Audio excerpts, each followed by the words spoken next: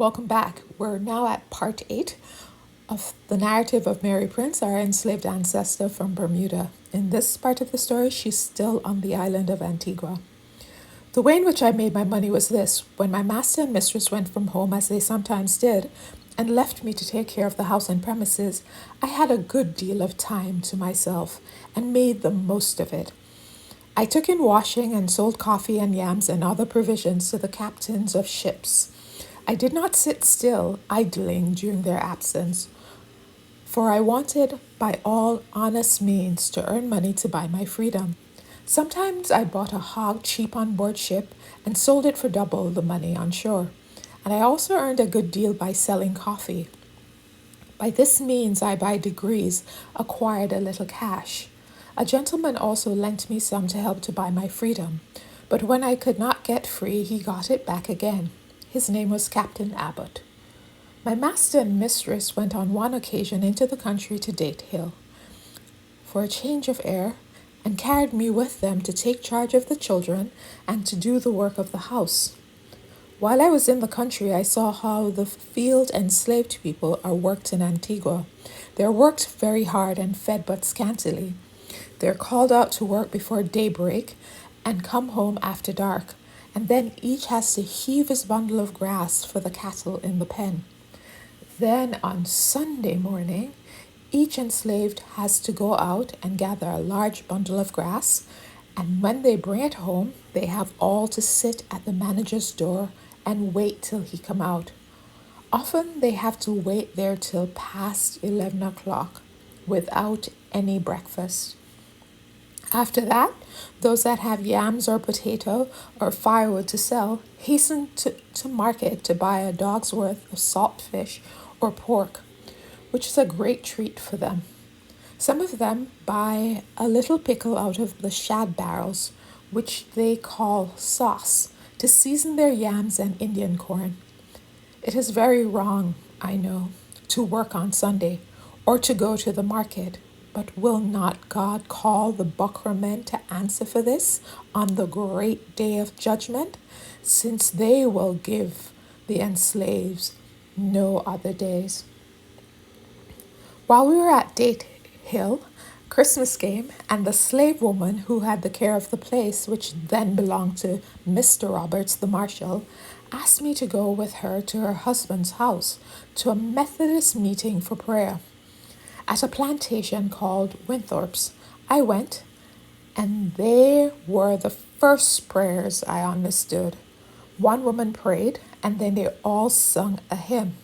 Then there was another prayer and another hymn, and then they all spoke by turns of their own griefs as sinners. The husband of the woman I went with was a black slave driver. His name was Henry. He confessed that he had treated the enslaved very cruelly, but said that he was compelled to obey the orders of his master. He prayed then all to forgive him, and he prayed that God would forgive him. He said it was a hard thing for a driver to have, sometimes to beat his own wife or sister, but he must do it if ordered by his master.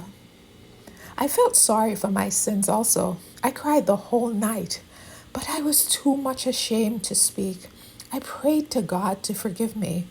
This meeting had a great impression on my mind and led my spirit to the Moravian church, so that when I got back to town, I went and prayed to have my name put down in the missionary's book, and I followed the church earnestly every opportunity.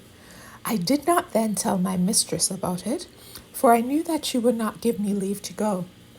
But I felt I must go. Whenever I carried the children their lunch at school, I ran round and went to hear the teachers. The Moravian ladies, Mrs. Richter, Miss Olson, and Miss Sauter, taught me to read in the class, and I got on very fast. In this class there were all sorts of people, old and young, gray-headed folks and children, but most of them were free people. After we had done spelling, we tried to read in the Bible, and after the reading was over, the missionaries gave out a hymn for us to sing. I dearly loved to go to the church. It was so solemn. I never knew rightly that I had that much sin till I went there. When I found out that I was a great sinner, I was very sorely grieved and very much frightened. I used to pray God to pardon my sins for Christ's sake and forgive me for everything I had done amiss. And when I went home to my work, I always thought about what I had heard from the missionaries and wished to be good that I might go to heaven. After a while, I was admitted a candidate for the Holy Communion. I had been baptized long before this in August 1817 by Reverend Mr. Curtin, the English church, after I had been taught to repeat the Creed and the Lord's Prayer. I wished at that time to attend a Sunday school taught by Mr. Curtin, but he would not receive me without a written note from my master granting his permission. I did not ask my owner's permission from the belief that it would be refused, so that I got no farther instruction at this time from the English church. I'll stop here. So we're seeing her having this religious moment, going to different churches, and you're seeing a certain kind of theology that she's being taught. It's a little less, we see less hitting and meanness going on. I also love her industrious nature, that she finds time to try to get money to get herself free. I hope you're enjoying it, as I said before. Thanks for listening.